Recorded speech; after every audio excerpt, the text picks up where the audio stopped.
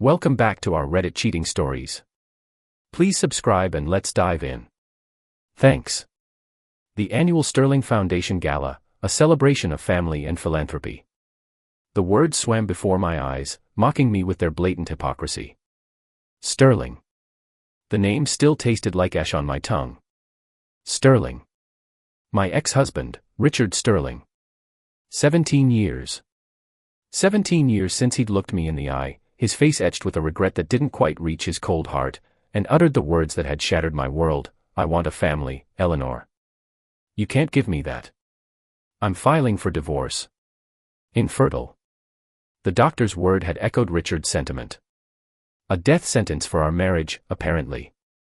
He wanted heirs, a legacy, a perfectly curated family to match his perfectly curated life. And I, Eleanor Vance, soon to be Eleanor Sterling no more, was a broken vessel, incapable of providing him with that. He'd moved on quickly, of course. Less than a year later, the society pages buzzed with news of his engagement to the radiant, fertile, and considerably younger Isabella Wharton. They'd wasted no time producing the required offspring, two perfectly blonde, perfectly behaved children who graced the Sterling Foundation's Christmas cards with nauseating regularity. I, on the other hand, had retreated. I'd poured my energy into my work, building a successful architectural firm, channeling my pain into creating beautiful, functional spaces for others. I dated, but never allowed myself to get close. The fear of vulnerability, of being found wanting, always lingered. So, why was I even considering attending this gala? Why open myself up to the inevitable awkward encounters, the pitying glances, the smug satisfaction radiating from Richard and his perfect family? The answer, I realized, was a burning desire for closure. Not the kind that comes from forgiveness or reconciliation, but the kind that comes from looking your demons in the eye and declaring yourself the victor. I was no longer the broken, heartbroken woman Richard had discarded. I was Eleanor Vance, a force to be reckoned with, and I deserved to witness the look on his face when I revealed the truth I had carefully cultivated. The dress was my armor. A custom-made emerald green gown, the color of envy and resilience. The fabric shimmered like liquid moonlight, clinging to my curves in a way that screamed confidence. I spent weeks perfecting my hair, my makeup, transforming myself into a vision of sophisticated power. I would not be a victim. I would be a queen. As I slipped on a pair of diamond earrings, a gift from my late grandmother, I caught my reflection in the mirror. The woman staring back was strong, independent, and ready for battle. But even as I hardened my resolve, a flicker of nervousness remained. What if I was wrong? What if my plan backfired? Taking a deep breath, I grabbed my clutch, the cool metal a grounding presence in my trembling hand. Tonight, I wasn't just Eleanor Vance.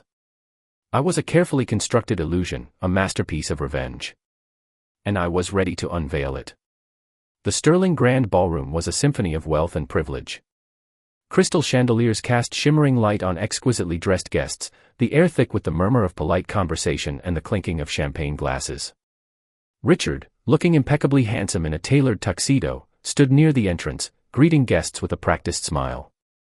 Isabella, draped in a sapphire blue gown that accentuated her youthful glow, hovered by his side, radiating wifely devotion. My heart pounded in my chest as I stepped through the doorway. All eyes turned toward me, a ripple of curiosity spreading through the crowd. I straightened my shoulders, met their gazes head-on, and walked forward with unwavering purpose. Richard's smile faltered as he saw me. A flicker of surprise, quickly masked by a polite, almost condescending, expression crossed his face. "Eleanor," he said, his voice smooth as silk. "What a surprise." "Richard," I replied, my voice cool and composed. "It's been a while." Isabella's eyes narrowed, her smile tight. "Richard, darling, do you know this woman?"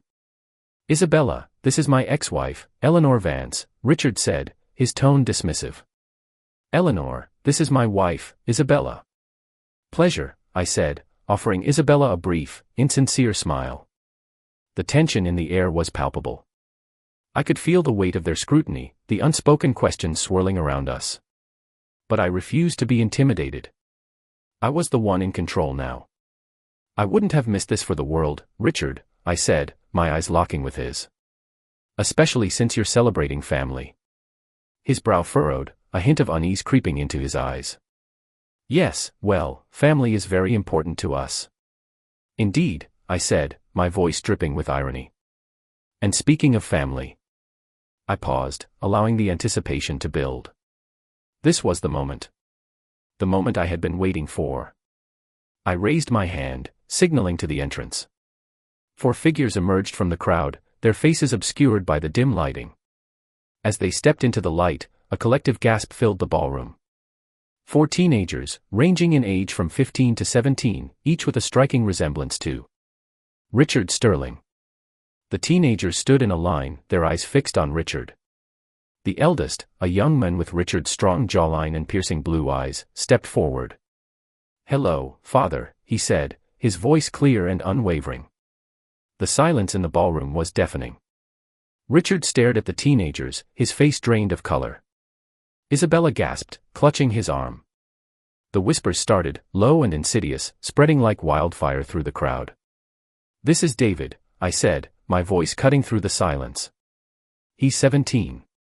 I gestured to the next teenager, a girl with Richard's elegant nose and a mischievous glint in her eyes. "This is Emily. She's 16. The third, a boy with Richard's athletic build and a shy smile, stepped forward. "This is Michael. He's 15. Finally, I turned to the youngest, a girl with Richard's fair hair and a determined expression. "And this is Sophia. She's 15 as well. Twins, you see." Richard looked like he was about to faint. His eyes darted between the teenagers and me, his mind struggling to comprehend the impossible. What is this?" he stammered, his voice barely a whisper. "This, Richard," I said, my voice ringing with triumph, "is your family. Your other family."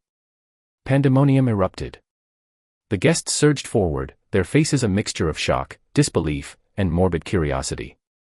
The carefully constructed facade of the Sterling Foundation Gala had shattered, revealing the ugly truth beneath. Isabella, her face contorted with rage, slapped Richard across the face. "You lied to me," she screamed.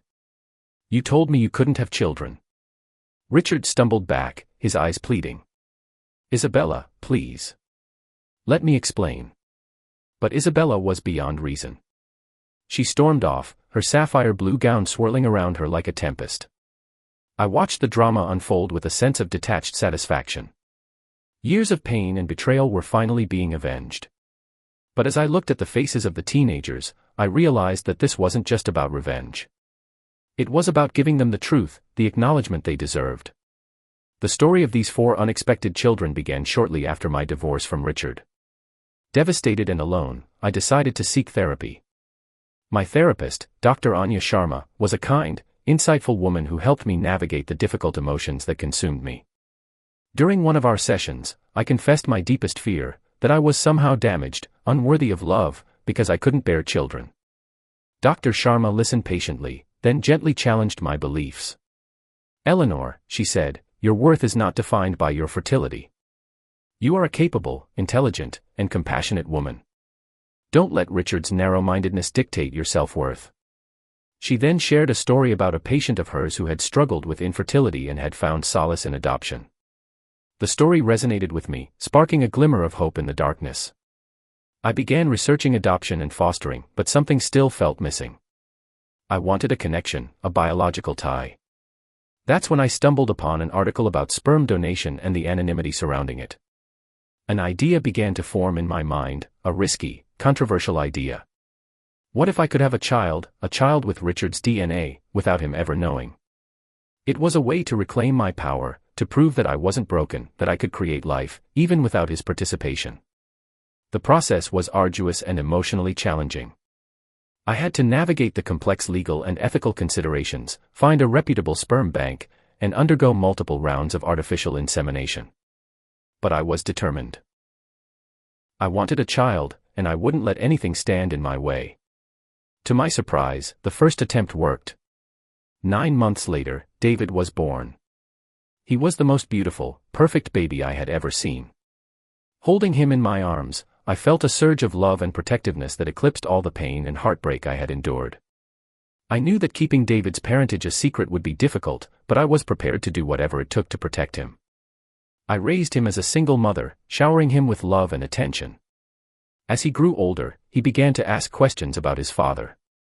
I told him that his father was a good man who wasn't able to be a part of our lives. It was a half-truth, but it was the best I could do. A few years later, longing for a sibling for David, I returned to the same sperm bank and underwent another round of artificial insemination. This time, I was blessed with triplets, Emily, Michael, and Sophia. Raising 4 children as a single mother was challenging, to say the least. But I was surrounded by a supportive network of friends and family who helped me every step of the way. The children were my joy, my purpose, my reason for living. As they grew older, they began to notice their striking resemblance to each other, and eventually, to Richard Sterling.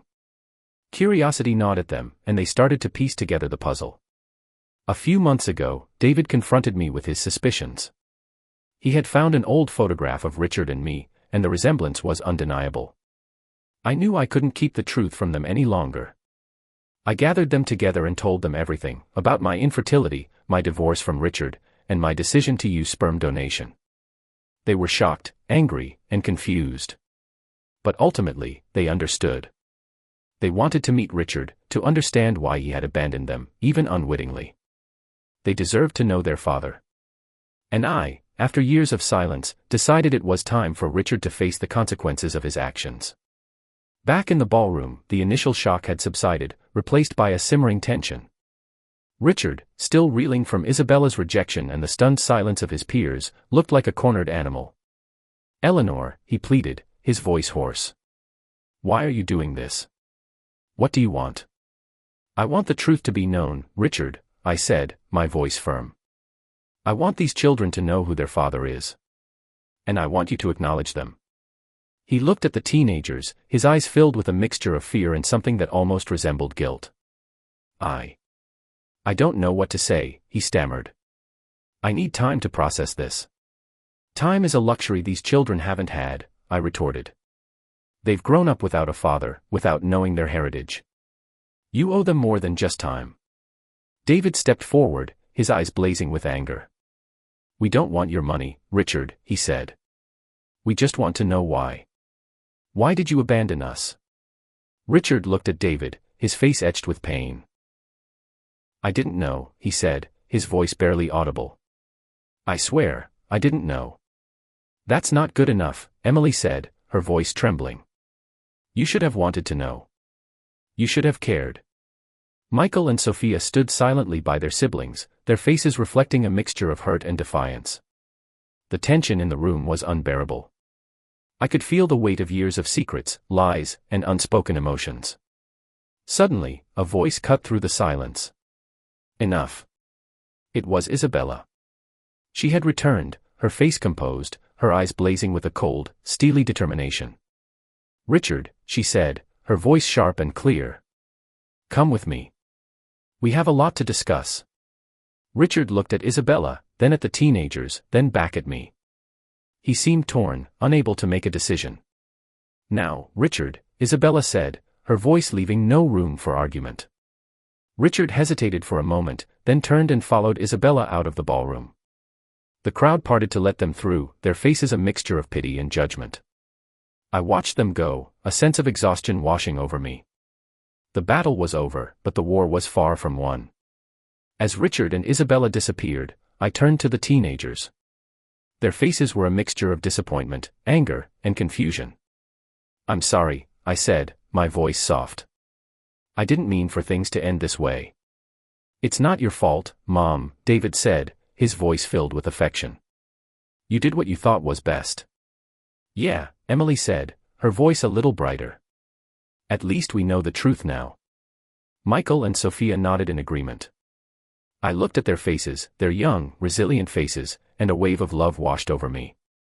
They were my children, my family, and I would do anything to protect them. "Come on," I said, "let's get out of here." We left the ballroom, leaving behind the shattered remnants of Richard's perfect world. As we stepped out into the cool night air, I felt a sense of liberation I hadn't experienced in years. In the days that followed, the story of Richard Sterling's secret family dominated the headlines. The Sterling Foundation was embroiled in scandal, and Richard's reputation was in tatters. He reached out to me, begging for forgiveness, pleading for a chance to get to know his children. I refused to speak to him. I wasn't ready to forgive him, and I wasn't sure I ever would be. But the teenagers, surprisingly, wanted to meet him. They had questions, they had a right to know their father. I reluctantly agreed to arrange a meeting. It was awkward, tense, and emotionally charged. But it was also a start. Richard, humbled and contrite, tried his best to connect with his newfound children. He learned about their interests, their dreams, their fears. He listened to their stories, their grievances, their hopes for the future. Slowly, cautiously, a bond began to form. It wasn't perfect, it wasn't easy, but it was real. The teenagers didn't forgive Richard overnight. They still harbored resentment, anger, and hurt. But they were willing to give him a chance, to see if he could prove himself worthy of their love. As for Isabella, she filed for divorce and left Richard with nothing. He had lost his wife, his reputation, and his carefully curated life. But in the process, he had gained something unexpected, a family. A flawed, unconventional, and utterly precious family. Years passed. The scandal faded from the headlines, replaced by new dramas and new controversies. The Sterling Foundation underwent a major overhaul, focusing on ethical practices and genuine philanthropy. Richard, stripped of his wealth and power, found a new sense of purpose in his relationship with his children. He became a devoted father, attending their school events, cheering them on at their sports games, and offering them guidance and support. He never remarried. He seemed content with his newfound role as a single father, dedicating his life to making amends for his past mistakes. As for me, I found peace in my own way. I continued to run my architectural firm, creating beautiful spaces and empowering my employees. I dated, but never felt the need to settle down. I was happy with my life, with my children, with my independence. One day, David came to me with exciting news. He was engaged to be married. "I want Richard to walk me down the aisle," he said, his eyes shining with happiness. I smiled. It was a testament to how far they had come, to the power of forgiveness and the enduring bonds of family. On the day of the wedding, I watched as Richard walked David down the aisle, his face filled with pride and emotion. It was a beautiful, poignant moment, a symbol of redemption and reconciliation. As I looked at the happy couple, surrounded by their loved ones, I realized that I had finally found closure. Not the kind that comes from revenge, but the kind that comes from acceptance, forgiveness, and the unwavering love of family. The emerald gown, once a symbol of my anger and resentment, now represented my strength and resilience. I had crashed Richard's gala with 4 shocking faces, but in the process, I had created a family that was more precious than anything he could have ever imagined.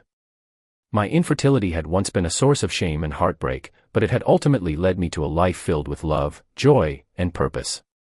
I was no longer defined by what I couldn't do, but by what I had accomplished. I had built a family, a legacy, and a life that was truly my own. And that, I realized, was the best revenge of all. Years later, sitting on the porch of my beach house, watching my grandchildren play in the sand, I often think back to that fateful gala. It was a turning point in my life, a moment of truth that had set me on a path of healing, growth, and ultimately, happiness. Richard, now a doting grandfather, often visits us at the beach. He and I have even managed to establish a civil, almost friendly, relationship. We can laugh about the past, acknowledge our mistakes, and appreciate the present. Life is unpredictable, messy, and often unfair. But it is also filled with beauty, love, and the possibility of redemption. And sometimes, the greatest blessings come from the most unexpected places. The 4 shocking faces that crashed Richard's gala had not only exposed a long-held secret but had also forged a bond that transcended betrayal and infertility. They had created a family, a legacy of love that would endure for generations to come. Thanks for watching. Please subscribe, like, and share your comment.